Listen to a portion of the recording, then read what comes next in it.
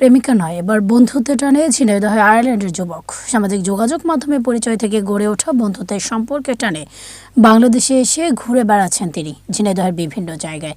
তরিকুল ইসলামের প্রতিবেদন, একটু ডেস্ক রিপোর্ট।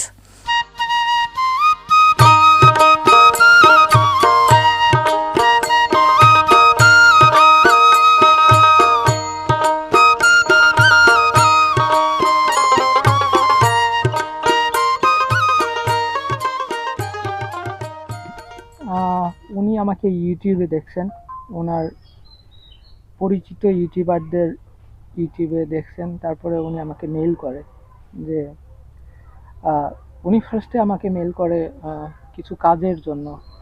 সে বলে যে আমি বাংলাদেশে ভিজিট করতে চাই।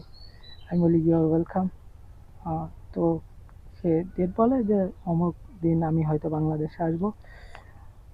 তারপরে ওনার আসতে গিয়ে অনেক প্রবলেম হয়েছে, like embassy to embassy, like visa পেতে অনেক প্রবলেম হয়েছে। তো এটা একটা ডিফারেন্ট গল্প।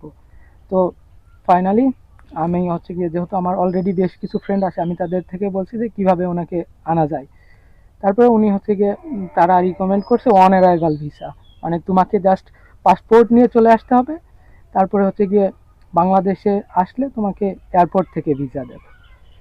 সো উনি অনেক কনফিউশনের ভিতর ছিল যে আসলে পারে কি ভিসা পাবে কি না, দেখা যাচ্ছে ফিরে যেতে হবে।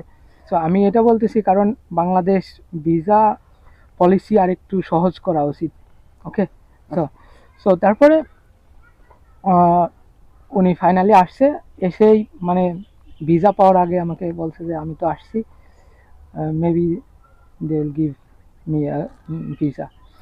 তারপরে দেশে উনি যাওয়ার সাথে সাথে ভিসা পেয়ে গেছে, ভিসা নিয়ে কোনো সমস্যা নেই। কিন্তু কিভাবে পাবে, লাইক অন্যান্য সব দেশে হচ্ছে কি অনলাইনেই ভিসা পাওয়া যায়, জাস্ট পে করবে, অবশ্যই সে পে করবে। কিন্তু মানে অনলাইনে ভিসা পাওয়ার সিস্টেম আমাদের দেশে মেবি নেই, বা হয় না ওইভাবে। হোটেলে থাকার পরে আমাকে ফোন দিল যে তুমি কি আসবা।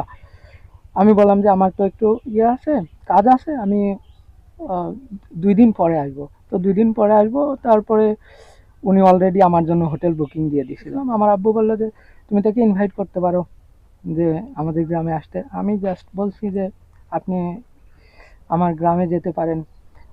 ও বললো yes, I'd love to go, মানে আমি যেতে খুব পছন্দ করব। তারপরে আমি বাসায় ফোন দিলাম যে হ্যাঁ উনি তো আসতে চাই। তারপরে জাস্ট লোকাল বাসে আমরা আসছি। আমি বাংলাদেশ মালয়েশিয়া। আমার ছেলের ফ্রেন্ড, তো উনি বাংলাদেশে ট্যুরে এসেছেন ট্রাভেলার হিসেবে, এবং এতে আমাদের কোনো আপত্তি নাই। একজন বিদেশি বাংলাদেশ সম্পর্কে জানতে এসেছে, এটা খুবই আমাদের বাংলাদেশের জন্য চমৎকার বলে আমি মনে করি।